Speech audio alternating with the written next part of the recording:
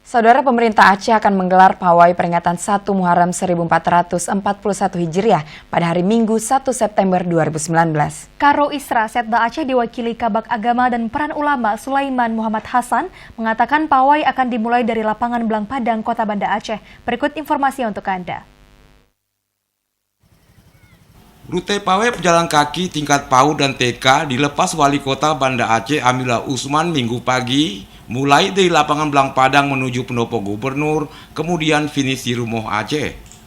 Sedangkan rute pejalan kaki tingkat SD, SMP, SMA sederajat, yaitu start lapangan Belang Padang menuju pendopo gubernur, selanjutnya ke Simpang Kodim, belok kanan Simpang Surabaya, belok kiri ke Jambotape, Jalan Tengku Daud Ber-E, Simpang 5, dan finish kembali di lapangan Belang Padang, Banda Aceh. Sulaiman Hasan mengatakan peringatan 1 Muharram 1441 Hijriah merupakan salah satu momentum bagi umat Islam ke arah perubahan yang positif.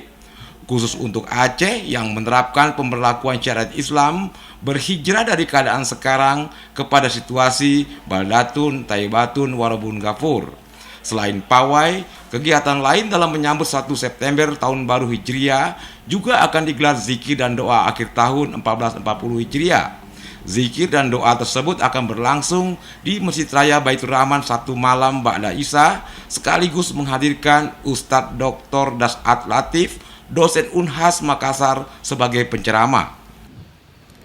Pemerintah Aceh juga melalui P3HBI, Panitia Penyelenggara Hari-Hari Besar Islam, kita telah berkoordinasi, telah melaksanakan beberapa kali rapat. Jadi di antara agenda yang akan dilaksanakan, yang pertama di malamnya, yaitu di tanggal 31, di malam Minggu, kita ada peringatan 1 Muharram. Itu kita menghadirkan penceramah yang kondang skala nasional dari Makassar. Sulaiman Hasan mengharapkan seluruh masyarakat Aceh turut serta mengikuti rangkaian kegiatan menyambut Tahun Baru Islam tersebut. Tim Liputan TVRI melaporkan.